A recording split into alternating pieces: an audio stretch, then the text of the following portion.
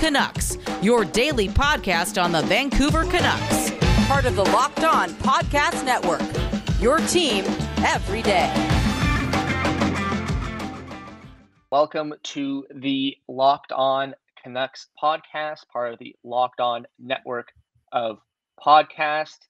My name is Nick Bondi. Joining me today is Lachlan Irvin. Lachlan, how are you doing? I'm doing great, Nick. It's an interesting day with so many contract signings to talk about. Hopefully, we're getting closer to the Hughes Pettersson negotiations coming to an end. But as for today, there's a lot to go over. Yeah, 100%. And you know what? We're doing something different today. I'm going to be taking over, the host one duties. We're off to a good start because I woke up today and found out my mic I used yesterday was broken. So I'm using my AirPod microphone right off the bat. I apologize to everyone if I sound a bit different today. Great start to me hosting the podcast. My mic breaks one day into hosting this thing. You're handing over the keys, Lachlan, and hopefully I don't crash this thing. I trust that you won't. I mean, you've been running your own podcasts for so long. I'm sure this comes very naturally to you. And yeah, isn't it just like technology sometimes to just break exactly when you need it most? It never seems to be just like I have a weekend to fix this. It's always immediately before you find out that you need it. Well, you know what? This one's on me. I should have checked before we started recording what the hell was going on with my mic. But yeah, the cable's broken, which is not the worst thing in the world. Very easy to fix, but we'll get it fixed soon. I promise you. So let's get started. The first two big RFAs have signed recently, not with the Vancouver Canucks, and I know this is a Canucks podcast.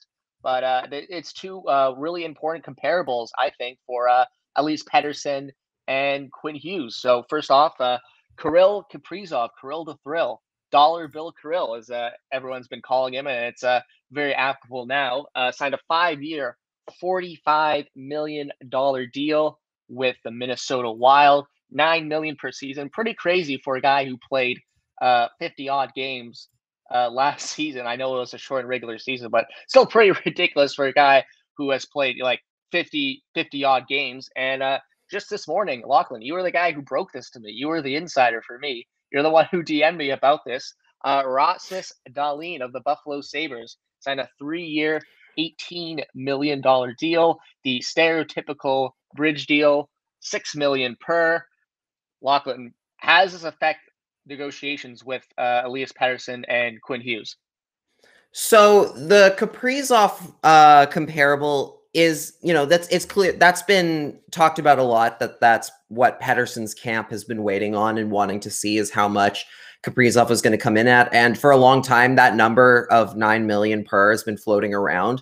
So it finally getting signed is very important to the Pettersson camp. However, for the Canucks themselves, it probably doesn't change too much about the way they're going to approach things with Elias, being that he garners a little bit more attention from them in this case. He's got a little bit higher of a track record long term, and just the fact that in Minnesota's case they had the money available to only had to worry about one guy. They only had to worry about Kirill Kaprizov. They didn't have to factor in a second guy like the Canucks do with Quinn Hughes. Yeah. And he's sorry, Lachlan, he kind of had him over a barrel, so to say. Like they had the pony guy. Imagine losing Kaprizov after one 50-game season, because there was a rumor, right, of that massive deal in the KHL, 1 year, $10 million per. And all these stars in Russia, it's tax-free, right? Like you're not paying income tax like you are in the States. So you kind of had him over a barrel, in my opinion, right? Yeah, the Wild were very much in the sense of in the spot where it was like, okay, do you want your team to like have one of the young stars of the league and be able to market him as your own superstar, or are you going to lose him for just over like $1 million? Because right now that's literally what it was. Is if he's signing for $9 per. going, but only, and then goes to Russia for 10. Like, were you really going to lose him over that little amount of money? And especially in the Wild's case, where they're a team that, that desperately needs a lift in the marketing department. For a long time, I've maintained that they're the NHL, that they're the NHL equivalent of the color beige. They just don't do anything. They're very boring and bland. They play the most uninteresting hockey. And then Kirill Kaprizov comes in, and suddenly they're so fun to watch. All of a sudden, like overnight, it changes the way that team looks. And in a similar way that, Pettersson really changed a lot of how the Canucks looked very quickly in Vancouver, maybe not to like the same extent, but Kaprizov was such an important signing for the Wild. And yeah, it's going to really benefit the Wild long term. And you hope that, the Canucks are taking a close look at it and seeing, well, this is the kind of money that a former Calder winner gets. This is the kind of money that we're going to have to pony up for Pettersson either now or later if a bridge deal goes through. Yeah, and Rasmus Dahlin, 3-year, $6 million per. The stereotypical bridge deal for Rasmus Dahlin, as I mentioned just earlier, right? I think this, for me, this means price of that Quinn Hughes deal is going up, right? Like, I don't think there's any debate that Quinn Hughes has been better than Rasmus Dahlin so far in his NHL career, right? I'm not taking crazy pills here. No, Sabres fans might tell you otherwise, but no. Quinn Hughes has clearly been the better defenseman as thus far in their careers. And yeah, that's the fact of the matter is, yeah, this is the signing that frankly is more worrisome if you're Jim Benning and the Canucks. You are now in a spot where very much the bar is very clearly set at, okay, you better be spending at least like seven per on this guy at least. And again, because of the whole Pettersson situation as well, that any money that you take from one player is money that you give to one player, you're taking from the other in that case. So you have to be able to find a happy medium where either, you mentioned on the last show, you mentioned the signing both players to bridge deals, which is probably seems more and more likely where this is heading. And again, it's not the situation it probably should have headed to had they maybe managed their money a little better. But right now, that's kind of just seems where the cards are falling, because the Canucks can't really afford to give Quinn Hughes much more than say like $8 million per year right now, just based on the way their cap is structured. Yeah, look, I said it on the last episode, 3 years, $8 million per for both of these guys seems like a fair deal for both sides. Gets them in the training camp and gets them at least playing some preseason games. Are these deals good or bad for the Vancouver Canucks? That's my next question. And I'll frame it like this. Where's the panic button for you, Lachlan? The panic button we talked about yesterday. Where is the panic button with Elias Pettersson and Quinn Hughes after these deals? I think the panic button is still it opened the door to my office. I think that's probably I'd put the panic button at this point. Somehow it's sprouted an arm and been able to open the door into my office and walk in. But that's a smart panic button. It's a smart panic button. It knows how to put you in button. It's putting you in a panic psychologically first. The thing is, I'm obviously not worried that they're not going to like sign them. I'm not worried about losing them to another team or anything. It's mostly just the worry of, okay, how bad is the damage going to be down the road? Because that's kind of all there is to it at this point. Like, I don't think anybody is under the impression that the Canucks are going to lose one of them. Obviously not Hughes. Obviously Hughes is going to be here regardless. But, even in Pettersson's case where an offer sheet could be tendered, I don't think anybody's under that impression that they're going to lose them. It's mostly just about how badly are you going to have to deal with this in, say, 2 or 3 years when those bridge deals expire? Elias Pettersson, any Canucks fans listening to this, Elias Pettersson is not signing an offer sheet with a team like Detroit, okay? Like, that's not happening. Like, he's going to get a deal done with the Canucks. It's just a matter of how long do they want to play this game of chicken and see how many games, he wants to miss in preseason. Because I think that's the next pressure point, right? Is the preseason games. Yeah. it's the preseason, and obviously like they weren't probably going to play many games in the preseason regardless, and it's gonna get done. I think if you start getting close to opening night, maybe panic sets in a little quicker, just because of the fact that okay, now the games mean something. Now there's an actual all right. Don't jinx time it. of the Don't essence. jinx the Lachlan. If Pettersson and Quinn Hughes miss regular season games, I would say that's close to like a fireable offense for Jim Benning. If they're missing regular season games, 100% it is. and they're missing regular season games, that's a fireable offense. Say Yeah. what you want about preseason. Like, yeah, sure, it'd be nice to get into preseason games, but at the end of the day, these guys are professional athletes. Again, as I said on yesterday's episode, which you go listen to, the training camp is not like 1970s training camp where the guys are coming in working off their beer guts from the summer, right? Like these guys are professional athletes and they train pretty much year round to be in the best shape of anyone out there. So missing preseason games is, you would obviously like them to be in the preseason games considering what happened and considering you want to sell preseason tickets for $70 at the Abbott's for I was gonna say, if they want to get in, if they want to go to preseason games really badly, like they can just show up, pay the $100 and watch from the stands. Like that's an option to them.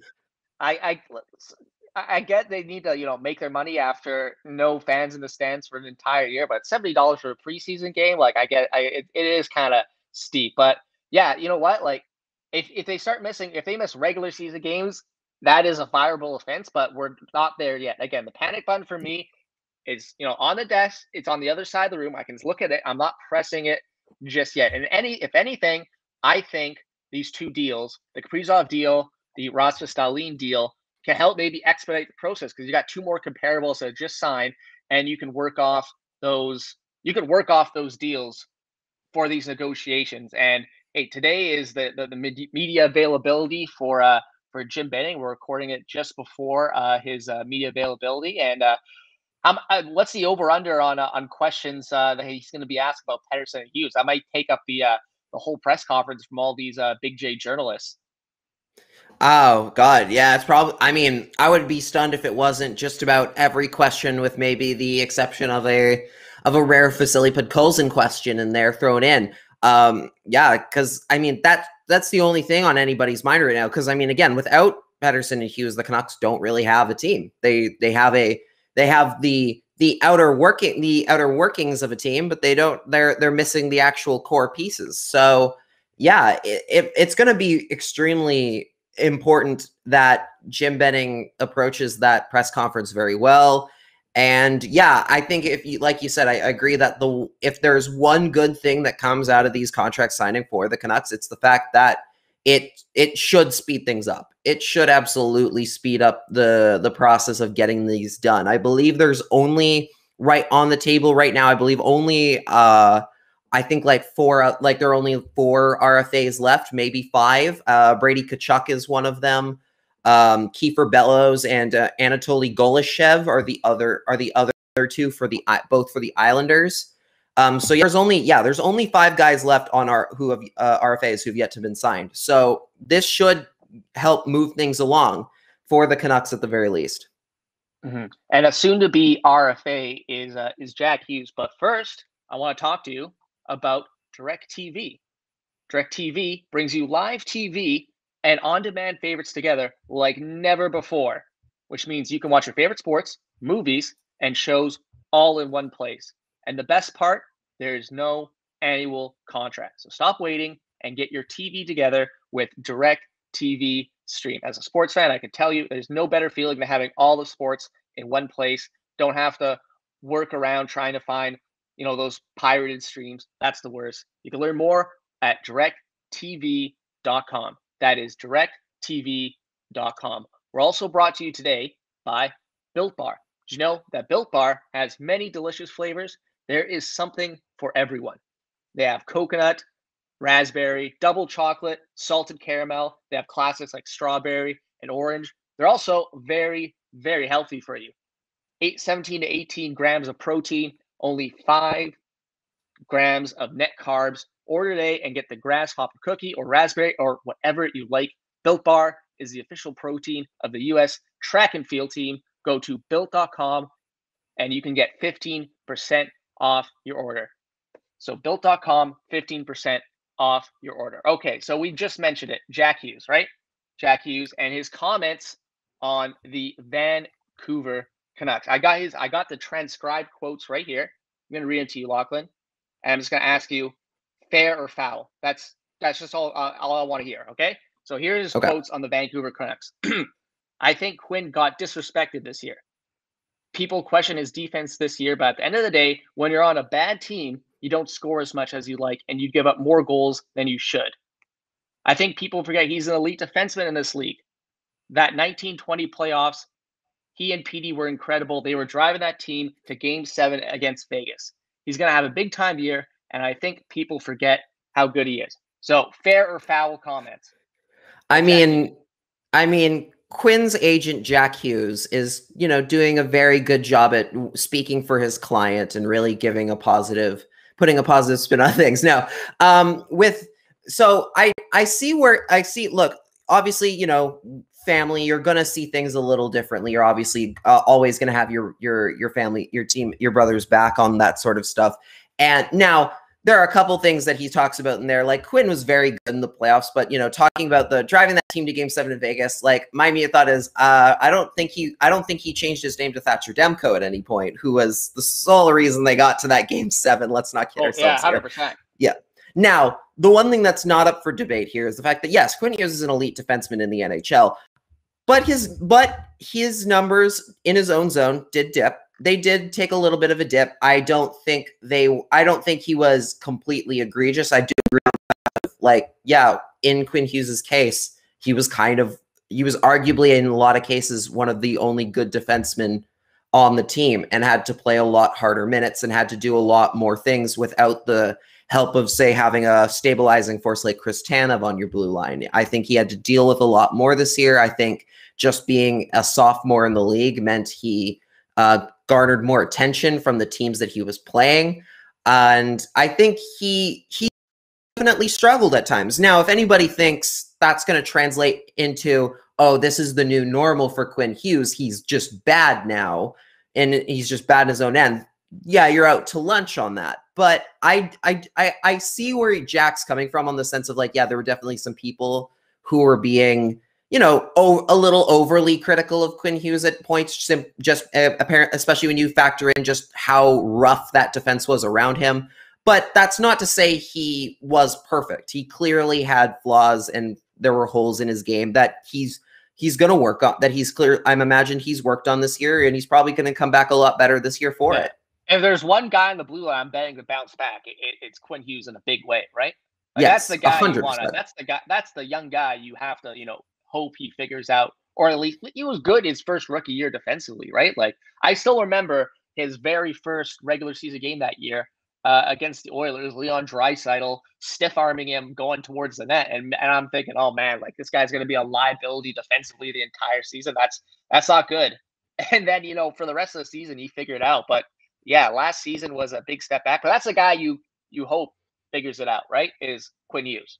Yeah, and he will, because he's that talented. Like, there's clearly, like, talented players find a way. They clearly find a way to improve themselves, especially in things like, even in the flaws of your game. Like, sometimes he might not be the best in his own end of the ice, but again, he wasn't getting much help from the rest of the group. So at times it seemed like sometimes he's just the only guy out there.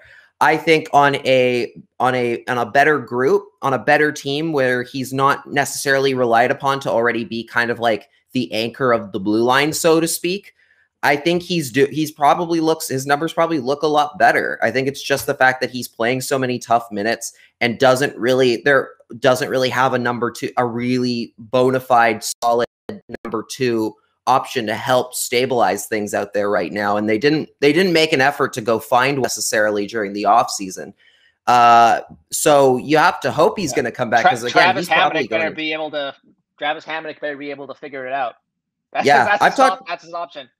Yeah, I've talked at length before about how, Travis Hamonic in a pinch is fine, but he should not be playing first pairing minutes 82 games a year. He's fine coming in every now and then.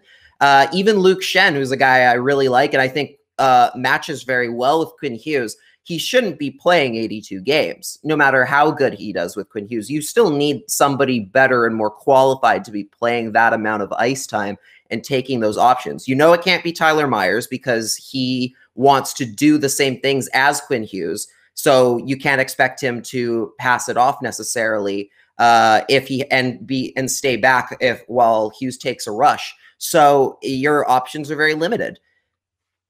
And I think Quinn Hughes is one of those defensemen where his defense is having the puck, so to say, right? Like his defense possession. His possession. He has the puck, which means you don't have the puck, which means you can't score. Like that's Quinn Hughes. If Quinn Hughes wants to be a dominant defensive player, it's not by playing defense, it's by controlling the play. And like, look, the situation we talked about the situation in Vancouver last season, just everything that went on, all the players that left, the COVID outbreak, the horrible start to the season, it all kind of came to a head, and it was not a conducive environment, I think, for a lot of players to have their best seasons.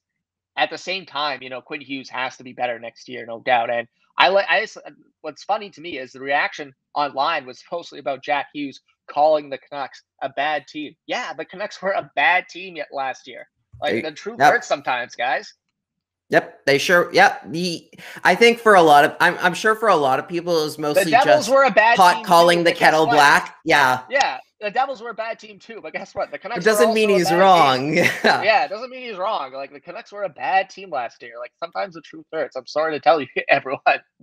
Yep. Yeah, he's not wrong. It is weird. It is weird hearing him talk about it as if he didn't play on the Devils, but. Sure, but there's no lie detected there necessarily. Yeah, and I think for Quinn Hughes, I think, like I said, he has to get back to controlling the play last year and having the puck on his stick. I think if he does that, then the Canucks are going to be a lot better on the ice when he's on the ice, and we'll see how because I think we talked about Travis Hamonic. I think he's the guy to start this training camp with Quinn Hughes. If Quinn Hughes even plays any time in training camp, like that's a legitimate question right now. Is he going to have a second on the ice at Canucks training camp?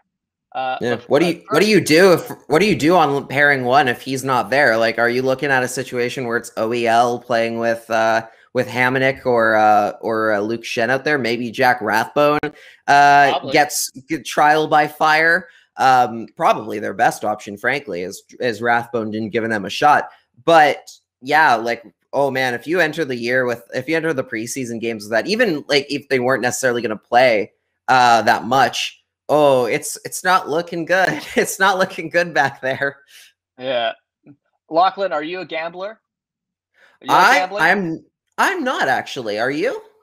I'm a big time gambler, and if you are a gambler, you're going to want to visit BetOnline AG. They're back and better than ever. All the eyes are on the gridiron. Our teams are back to start another football season. NFL season means a lot of gambling options. As always, BetOnline is your number one spot for all the pro and college football action this season. With a new, updated, cited interface, I checked it out last night, did my research. It was beautiful. Even more odds, props, and contests. BetOnline.ag continues to be the number one source for everything football. Head to the website or use your mobile device to sign up today to receive your 100% welcome bonus. That's double your initial deposit just for signing up. Don't forget to use promo code NFL100.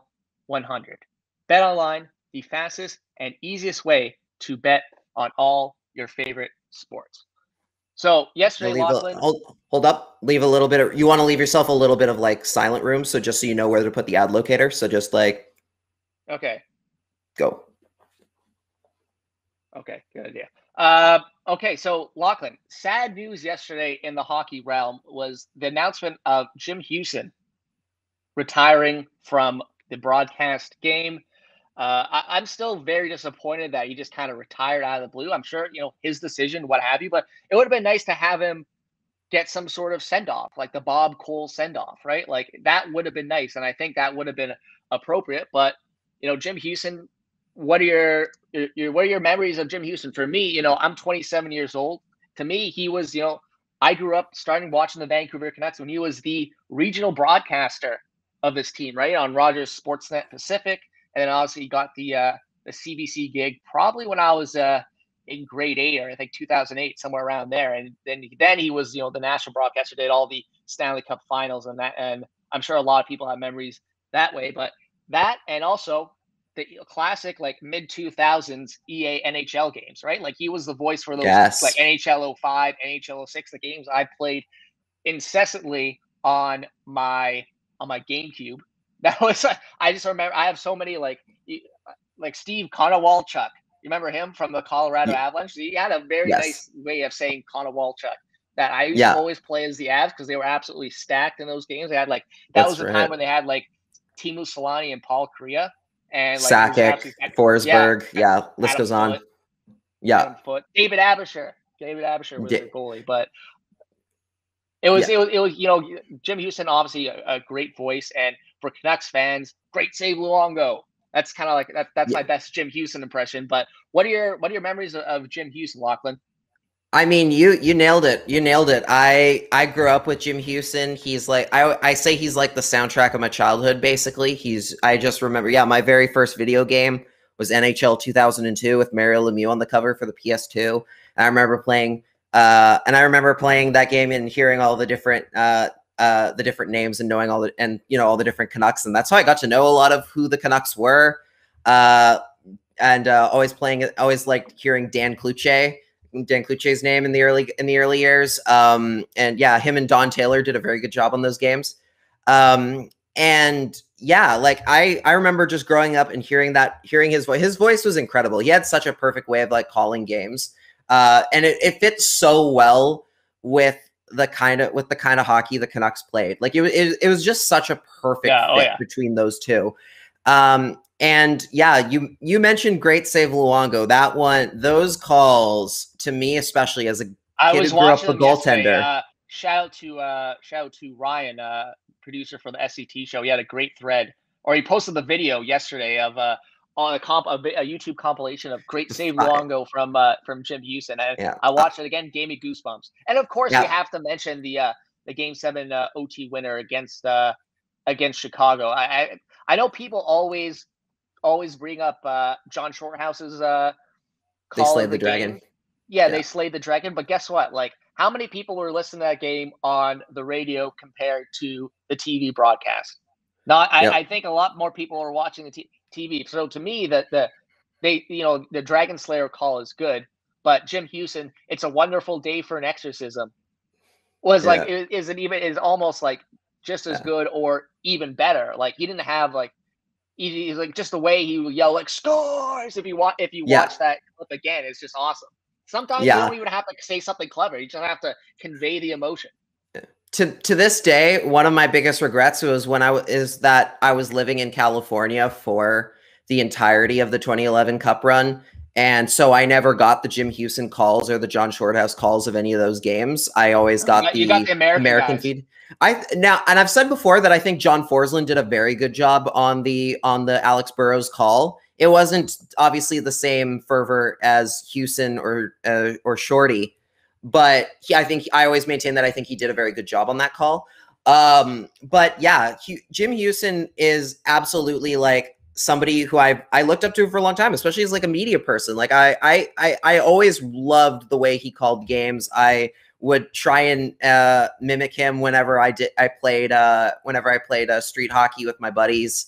That was part of doing the play-by-play. It was so fun. And yeah, especially, the Luongo ones were always iconic for me as somebody who grew up a goaltender, like that, and idolizing Luongo in the early years. Like those are the phrases I remember more than just about any other, like even those like big cup playoff, like those playoff calls or any of that sort. The stuff, the Luongo saves, any Canucks goaltender, those ones always stuck out for me. I'm happy that Thatcher Demko got his great save Demko last year before Jim retired. Hopefully the Canucks find a way to work him in for one game this year to give him like you mentioned the proper send off. I don't see why they couldn't. Yeah. He might get like he might be this is out of out of nowhere, maybe, but Ring of Honor for Jim Hughson, maybe that might be worth considering. I'm always a big fan of Ring of Honor talk. So Ring of Honor for Ring of Honor for a broadcaster. I think Jim Robson's up there, right? Or Jim Robson isn't, but he has a broadcast gondola. He has a gondola named after him. Okay, so a little embrace debate right here. Which is better, the broadcast gondola named after you or Ring of Honor? I think obviously if as a broadcaster you'd probably prefer to have your name on the gondola, but I don't think Jim Hughson is the type to be like, it's the gondola or nothing for me. So especially when that's the man he wants to be honored by the Canucks kick Jim Robson out of there. I want the gondola. Especially considering like Jim Robson was one of his mentors. I'm pretty sure he wouldn't do that. So yeah, I mean, a lot of teams casters and stuff with like statues, Ring of Honor type stuff. Yeah, maybe that's the way to go for Jim Hughson. He's had a lot of he's been here for a lot of important moments in the Canucks history.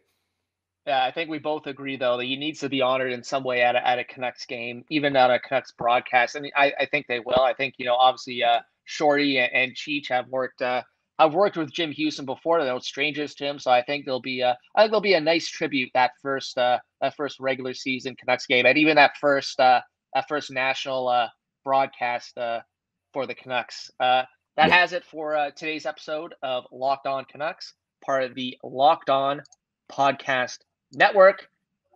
Just want to talk to you quickly before we go about Locked On Bets. Betting on the NHL doesn't have to be a guessing game. If you listen to the new Locked On Bets podcast hosted by your boy Q and handicapping expert Lee Sterling, they have a ridiculous record right now. I was seeing on Twitter like 65% over the last month or so over all sports. So these guys actually know what they're talking about. They're not just throwing stuff out there. Get daily picks, blowout specials, wrong team favorite picks, and Lee Sterling's lock of the day.